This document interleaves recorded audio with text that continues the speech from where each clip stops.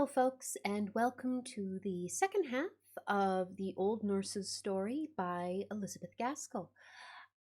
This is the second half of the story I began last week, and just to catch you up, we have a child who is, I would say, probably under six-ish. I'm not really sure.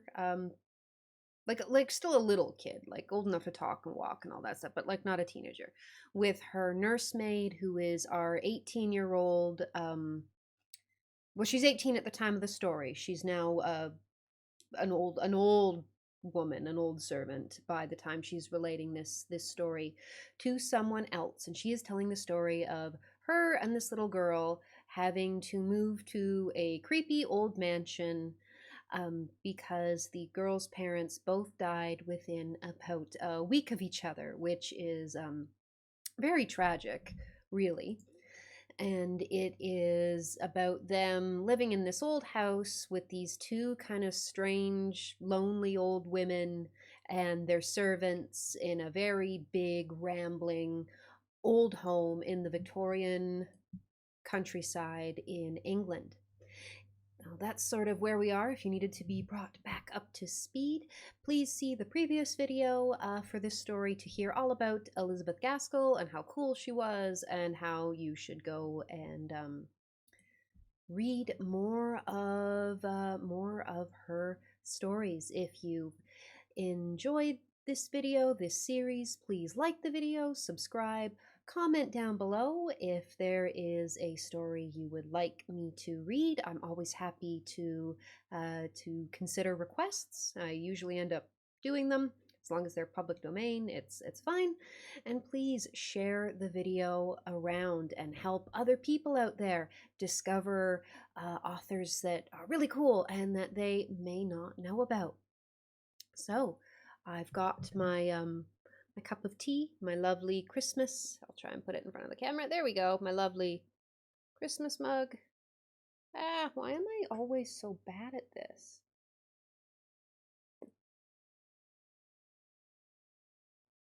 Well, you get the idea. There's birds on it. I'm apparently bad at getting my camera to focus on stuff, so. Tea. Delicious. All right, so with all of that out of the way, I keep forgetting to do this, but the usual warning, these are Victorian stories. This one in particular, there's a nice hefty dose of classism and probably misogyny coming up as well, sort of throughout the story. So just bear in mind, these are Victorian stories, and as such, they have attitudes towards things like race, gender, orientation, religion, anything else that you might think of that a modern viewer might find objectionable. In addition, the sorts of events that give rise to ghosts and ghost stories and the macabre and just horror in general are often tragic events involving murders, suicides, what have you. Again, they might be distasteful to you as a viewer. So if this content is not for you, please feel free to bow out now and choose not to consume the content. So here we go, part 2 of The Old Nurse's Story by Elizabeth Gaskell. And of course, the little girl has just been brought back to the house by a shepherd after having gotten lost, having left the house in the midst of a winter storm. And the maidservant Hester has managed to get her upstairs, get her into bed, get her warmed up and asleep, and she seems to be okay. So we are about to get Rosamond. Is it Rosamond or Rosaline? Rosamond. I thought it was Rosamond. We are about to get Rosamond's retelling of what has gone on, why she has done this. All right. The Old Nurse's Story, the second half, by Elizabeth Gaskell. She's talking about Rosamond, she said that she had fancied she should like to go to Dorothy, for that both the old ladies were asleep, and it was very dull in the drawing room, and that as she was going through the west lobby, she saw the snow through the high windows, falling, soft and steady.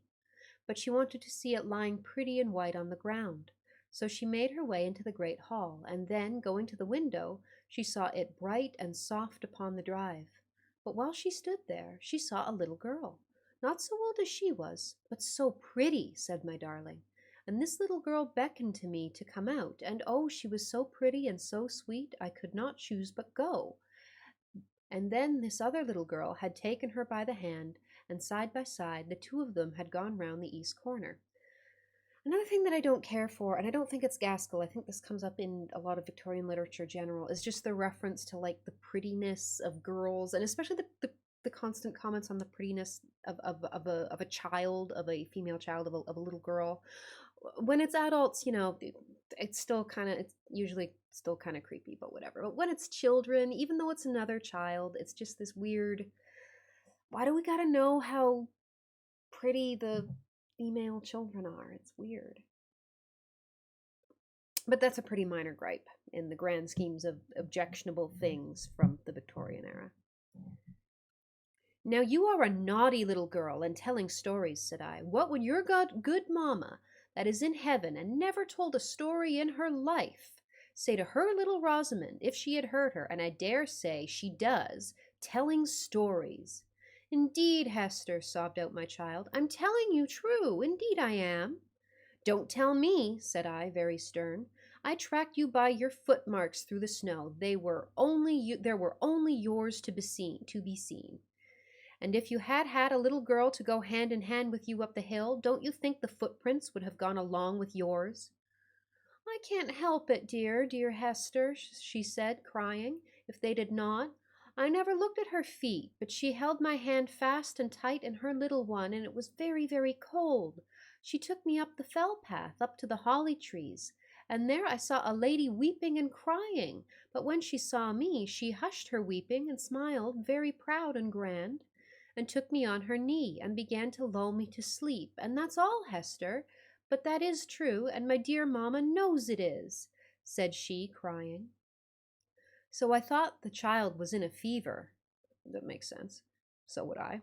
And pretended to believe her as she went over her story, over and over again, and always the same. At last Dorothy knocked at the door with Miss Rosamond's breakfast, and she told me the old ladies were down in the eating parlor, and that they wanted to speak to me. They had both been into the night nursery the evening before, but it was after Miss Rosamond was asleep, so they had only looked at her, not asked me any questions. I shall catch it, thought I to myself as I went along the north gallery. Yeah, the northern ship that's in the house. And yet, I thought, taking courage, it was in their charge I left her, and it's they that's to blame for letting her steal away unknown and unwatched. I mean, if you know that they're old and prone to nod off and maybe a little deaf and slightly senile, I would say it was still your responsibility for choosing to leave the little kid with them. Like, you don't put people who are incapable in positions of responsibility. Like, that's a known thing. So I went in boldly and told my story. I told it all to Miss Furnivall, shouting it close to her ear. God, I hope she yelled it into the ear trumpet. That would be the funniest fucking illustration. Somebody draw that, please, and send it to me. It sounds amazing. But when I came to the mention of the other little girl out in the snow, coaxing and tempting her out, and willing her up to the grand and beautiful lady by the holly tree, she threw her arms up, her old and withered arms, and cried, "Oh, heaven, forgive, have mercy!" Mrs. Stark took hold of her, roughly enough, I thought, but she was past Mrs. Stark's management and spoke to me in a kind of wild warning and authority. "Hester, keep her from that child. It will lure her to her death, that evil child. Tell her it is a wicked, naughty child." Then Mrs. Stark hurried me out of the room, where indeed I was glad enough to go. But Miss Furnivall kept shrieking out, "Oh, have mercy! Wilt thou never forgive? It is many a long year ago." I was very uneasy in my mind after that. I durst never leave Miss Rosamond night or day, for fear lest she might slip off again after some fancy or other, and all the more because I thought I could make out that Miss Furnivall was crazy, from their odd ways about her, and I was afraid lest something of the same kind, which might be in the family, hung over my darling. It's a very strange assumption to make. and the great frost never ceased all this time, and whenever it was more stormy night than usual between the gusts, and through the wind we heard the old lord playing on the great organ. But old lord or not, wherever Miss Rosamond went I followed, for my love for her pretty helpless orphan was stronger than my fear for the grand and terrible sound. Besides, it rested with me to keep her cheerful and merry, as we besmeared her age. As beseemed her age. I'm sorry, besmeared is not a word. So we played together and wandered together here and there and everywhere. Here, there, and everywhere. For I never dared to lose sight of her again in that large and rambling house. And so it happened that one afternoon, not long before Christmas Day, we were playing together on the billiard table in the great hall. Not that we knew the right way of playing, but she liked to roll the smooth ivory balls with her pretty hands, and I liked to do whatever she did. And by, without our noticing it, it grew dusk indoors, though it was still light in the open air, and I was thinking of taking her back into the nursery, when all of a sudden she cried out, "Look, Hester, look! There is my poor little girl, out in the snow!" I turned towards the long, narrow windows, and there, sure enough, I saw a little girl, less than my Miss Rosamond, dressed all unfit to be out of doors such a bitter night, crying and beating against the window panes as if she wanted to be let in. She seemed to sob and wail till Miss Rosamond could bear it no longer and was flying to the door to open it, when all of a sudden, and close upon us, the great organ pealed out so loud and thundering, it fairly made me tremble. And all the more when I remembered that even in the stillness of that dead cold weather, I had heard no sound of the little battering hands upon the window glass. Although the phantom child seemed to put forth all its force, and although I had seen it wail and cry, no faintest touch of sound had fallen upon my ears. Whether I remembered all this at the very moment I do not know. The great organ sound had so stunned me into terror. But this I know, I caught up Miss Rosamond before she got the hall door open, and clutched her and carried her away, kicking and screaming, into the large bright kitchen where Dorothy and Agnes were busy with their mince pies. I love mince pies, they're so good. "What's the matter with my sweet one?" cried Dorothy, as I bore in Miss Rosamond, who was sobbing as if her heart would break. "She won't let me open the door for my little girl to come in, and she'll die if she is out on the fells all night. Cruel, naughty Hester," she said, slapping me. But she might have struck harder, for I had seen a look of ghastly terror on Dorothy's face, which made my very blood run cold. "Shut the back kitchen door fast and bolt it well," said she to Agnes. She said no more. She gave me raisins and almonds to quiet Miss Rosamond, but she sobbed about the little girl in the snow, and would not touch any of the good things. I was thankful when she cried herself to sleep in bed. Then I stole down to the kitchen and told Dorothy I had made up my mind. I would carry my darling back to my father's house in Applethwaite, where, if we lived humbly, we could live at peace. I said I had been frightened enough with the old lord's organ playing, but now that I had seen for myself this little moaning child, all decked out as no child in the neighborhood could be, beating and battering to get in, yet always without any sound or noise, with the dark wound on its right shoulder, and that Miss Rosamond had known it again for the phantom that had nearly lured her to death, which Dorothy knew was true, I would stand it no longer. I saw Dorothy change color once or twice. When I had done, she told me she did not think I could take Miss Rosamond with me, for that she was my lord's ward, and I had no right over her, and she asked me would I leave the child that I was so fond of, just for sounds and sights that could do me no harm, and that they had all had to get used to it in their turns. I was all in a hot, trembling passion, and I said it was very well for her to talk, that she knew what these sights and noises betokened, and that perhaps had something to do with the spectre child while it was alive. And I taunted her so that she told me all she knew at last, and then I wished I had never been told, for it only made me more afraid than ever. She said she had heard the tale from old neighbors that were alive when she was first married, when folks used to come to the hall sometimes, before it had got such a bad name in the countryside. It might not be true, or it might, what she had been told. The old lord was Miss Furnivall's father, Miss Grace, as Dorothy had called her, for Miss Maud was the elder, and Miss Furnivall by rights.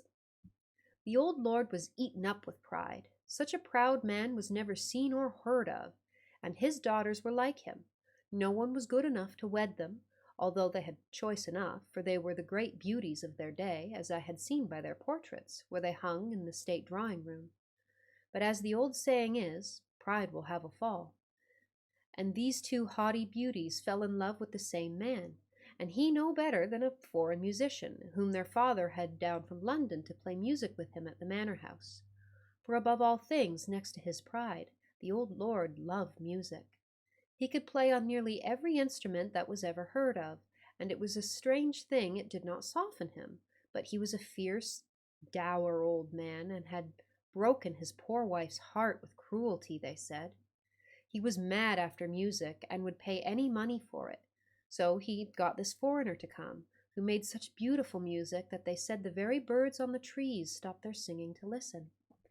And by degrees this foreign gentleman got such a hold over the old lord that nothing would serve him but that he must come every year, and it was he that had had the great organ brought from Holland and built up in the hall where it stood now. He taught the old lord to play on it, but many and many a time, when Lord Furnivall was thinking of nothing but his fine organ and his finer music, the dark foreigner was walking abroad in the woods with one of the young ladies, now Miss Maud, and then Miss Grace. I think I see where this is going.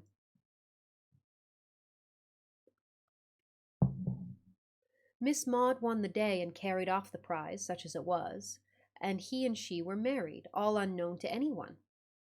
And before he made his next yearly visit, she had been confined of a little girl at a farmhouse on the moors, while her father and Miss Grace thought she was away at Doncaster races. So, she had a baby girl at this farmhouse when she told her family she was away somewhere else.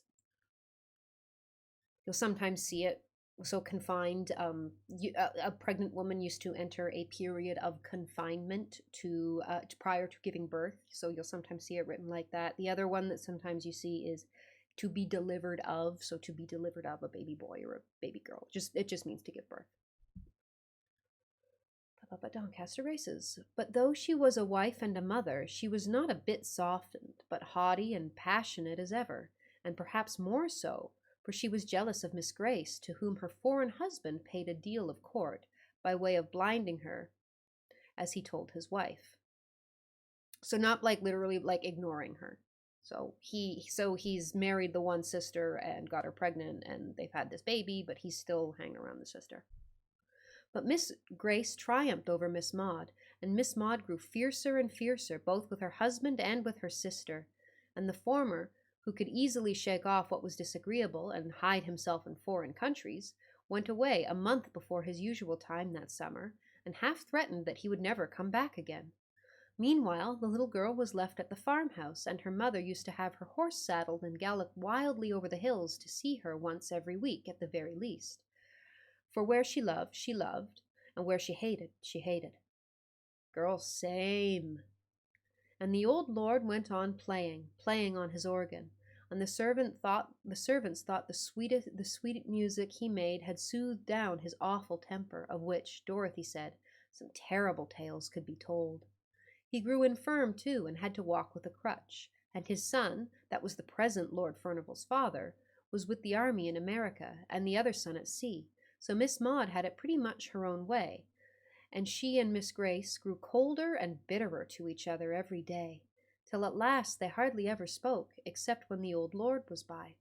The foreign musician came again the next summer, but it was for the last time, for they led him such a life with their jealousy and their passions, that he grew weary and went away, and was never heard of again. And Miss Maud, who had always meant to have her marriage acknowledged when her father should be dead, was left now a deserted wife, whom nobody knew to have been married, with a child she dare not own, so she dare not admit was hers, although she loved it to distraction, living with a father whom she feared and a sister whom she hated. When the next summer passed over and the dark foreigner never came, both Miss Maud and Miss Grace grew gloomy and sad. They had a haggard look about them, though they looked handsome as ever. But by and by Miss Maud brightened, for her father grew more and more infirm, and more than ever carried away by his music, and she and Miss Grace lived almost entirely apart, having separate rooms, the one on the west side, Miss Maud on the east side, those very rooms which are now shut up. So she thought she might have her little girl with her, and no one need ever know except, pardon me, no one need ever know except those who dared not speak about it, and were bound to believe that it was, as she said, a cottager's child she had taken a fancy to. We'll discuss that. Let me finish this paragraph. After this, Dorothy said, was pretty well. All this, Dorothy said, was pretty well known, but what came afterwards no one knew, except Miss Grace and Mrs. Stark, who was even then her maid, and much more of a friend to her than ever her sister had been. But the servants supposed, from words that were dropped, that Miss Maud had triumphed over Miss Grace, and told her that all the time the dark foreigner had been mocking her with pretended love. He was her own husband. The color left Miss Grace's cheek and lips that very day forever, and she was heard to say many a time that sooner or later she would have her revenge, and Mrs. Stark was forever spying about the east rooms. So back when you could just pretend you took a fancy to someone else's child and then just like take their kid because you have money and they don't. Also, my apologies if I got that previous bit a little bit confused. So he was married to Maud, not Grace. And all the time, he had been with Grace. They'd had a baby, and he was messing around and paying attention to Grace, not Maud.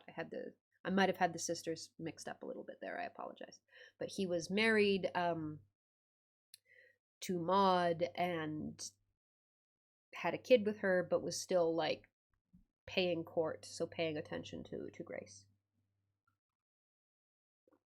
Although, like, why would you ever tell Grace that that's what? I would never have said anything. Wait till the old man's dead. The marriage records will be in the parish church somewhere, I'm sure. You don't have to worry about your kid being illegitimate and all the problems that would pose in 19th century England.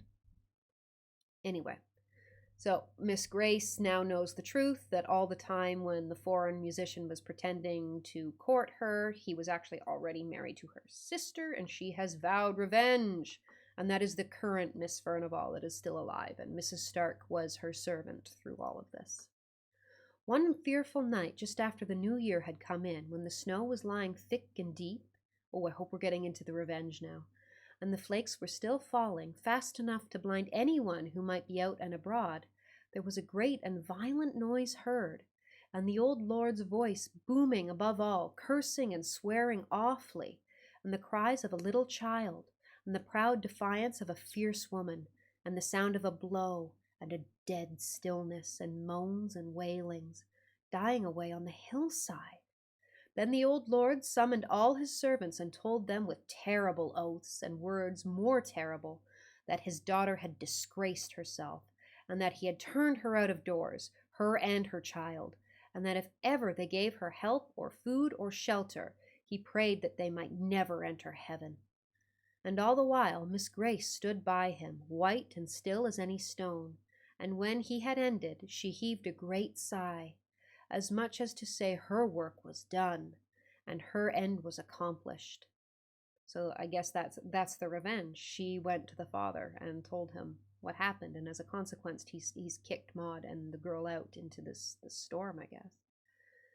But the old lord never touched his organ again, and died within the year, and no wonder for on the morrow of that wild and fearful night, the shepherds, coming down the fell side, found Miss Maud sitting all crazy and smiling under the holly trees, nursing a dead child with a terrible mark on its right shoulder. But that was not what killed it, said Dorothy. It was the frost and the cold. Every wild creature was in its hole, and every beast in its fold, while the child and its mother were turned out to wander on the fells. And now you know all, and I wonder if you are less frightened now.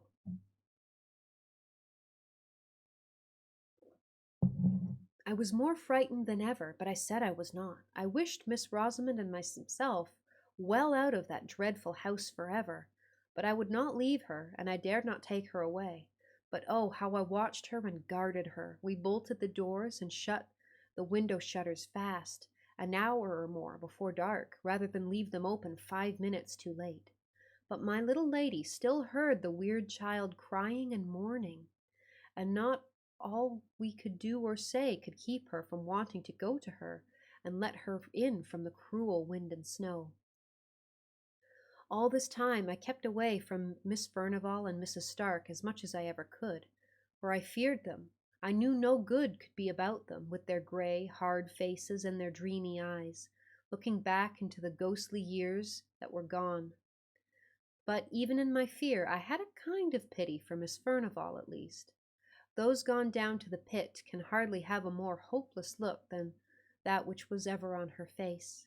At last I even got so sorry for her, who never said a word, but what was quite forced from her, that I prayed for her, and I taught Miss Rosamond to pray for one who had done a deadly sin. But often when she came to these words, she would listen and start up from her knees. I hear my little girl plaining and crying, very sad. Oh, let her in, or she will die.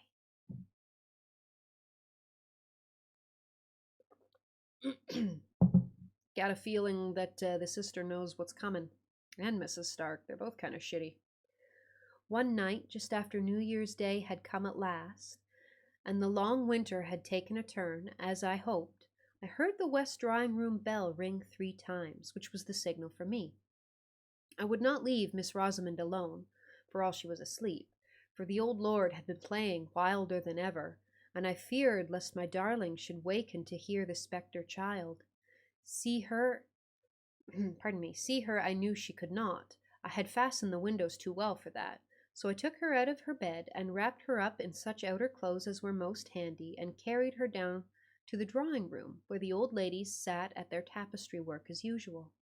They looked up when I came in, and Mrs. Stark asked, quite astounded, why did I bring Miss Rosamond there out of her warm bed?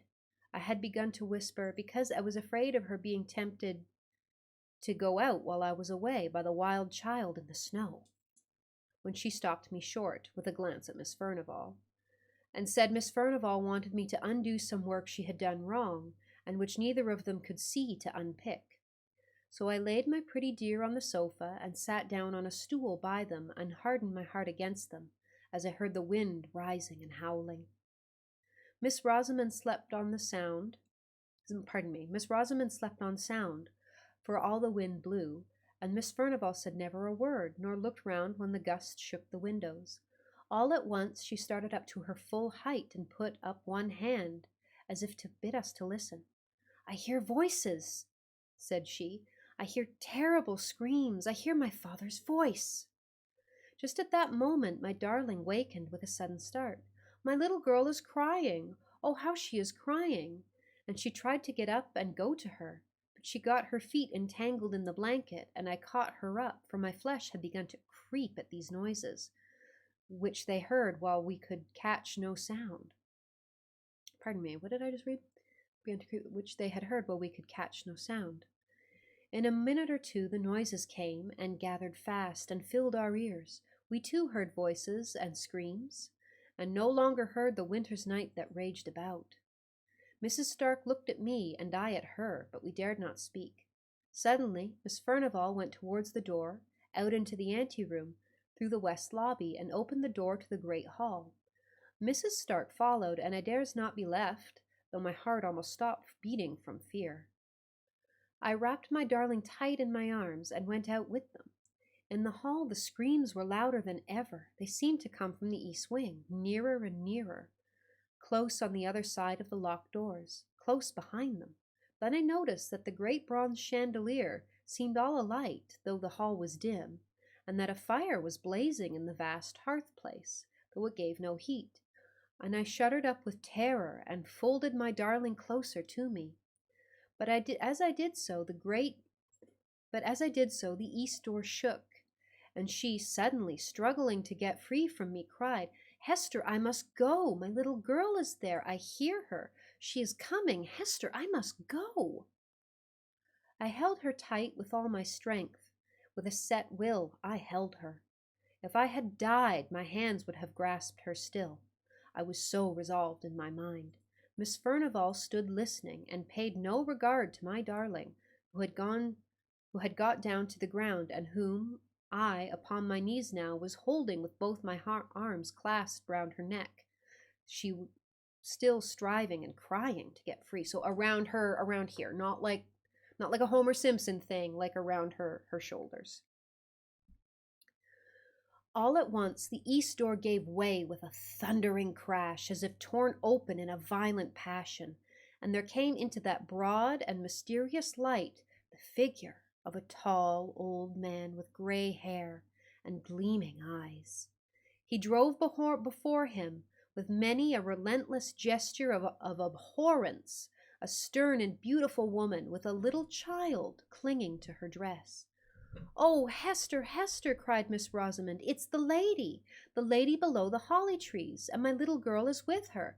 Hester, Hester, let me go to her. They are drawing me to them. I feel them. I feel them. I must go." Again she was almost convulsed by her efforts to get away, but I held her tighter and tighter till I feared I should do her a hurt, but rather that than let her go towards those terrible phantoms. They passed along towards the great hall door, where the winds howled and ravened for their prey, but before they reached that, the lady turned, and I could see that she defied the old man with a fierce and proud defiance. But then she quailed, and then she threw up her arms wildly and piteously to save her child, her little child, from a blow from his uplifted crutch. And Miss Rosamond was torn as by a power stronger than mine, and writhed in my arms, and sobbed, for by this time the poor darling was growing faint. "They want me to go with them on to the fells. They are drawing me to them. Oh, my little girl! I would come, but cruel, wicked Hester holds me very tight." But when she saw the uplifted crutch, she swooned away, and I thanked God for it. Just at this moment, when the tall old man, his hair streaming as in the blast of a furnace, was going to strike the little shrinking child, Miss Furnivall, the old woman by my side, cried out, "Oh, father, father, spare the little innocent child!" But just then we all saw, another phantom shape itself and grow clear out of the blue and misty light that filled the hall. We had not seen her till now, for it was another lady who stood by the old man, with a look of relentless hate and triumphant scorn. That figure was very beautiful to look upon, with a soft white hat drawn down over the proud brows, and a red curling lip. It was dressed in an open robe of blue satin. I had seen that figure before. It was the likeness of Miss Furnivall in her youth, and the terrible phantoms moved on, regardless of old Miss Furnivall's wild entreaty, and the uplifted crutch fell on the right shoulder of the little child, and the younger sister looked on stony and deadly serene. But at that moment the dim lights and the fire that gave no heat went out of themselves, and Miss Furnivall lay at our feet, stricken down by the palsy, death-stricken. Yes, she was carried to her bed that night, never to rise again.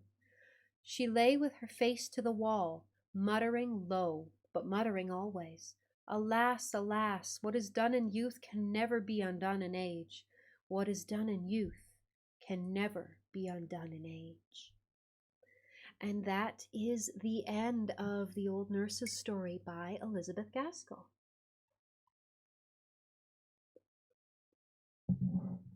I quite like that story. I like the rivalry between the two very vain and proud sisters and how that plays out.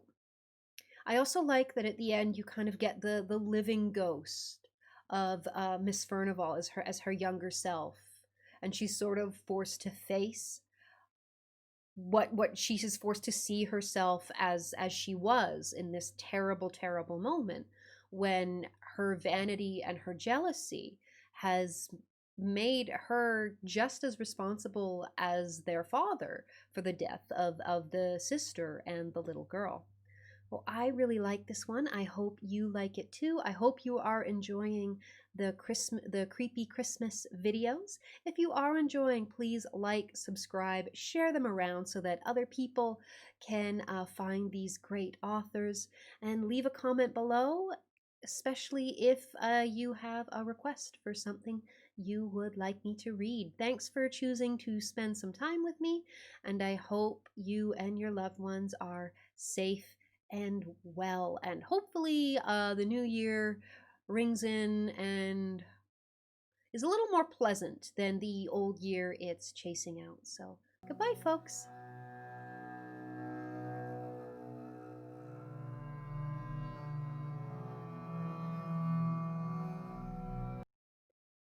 Gosh, what even is this hair?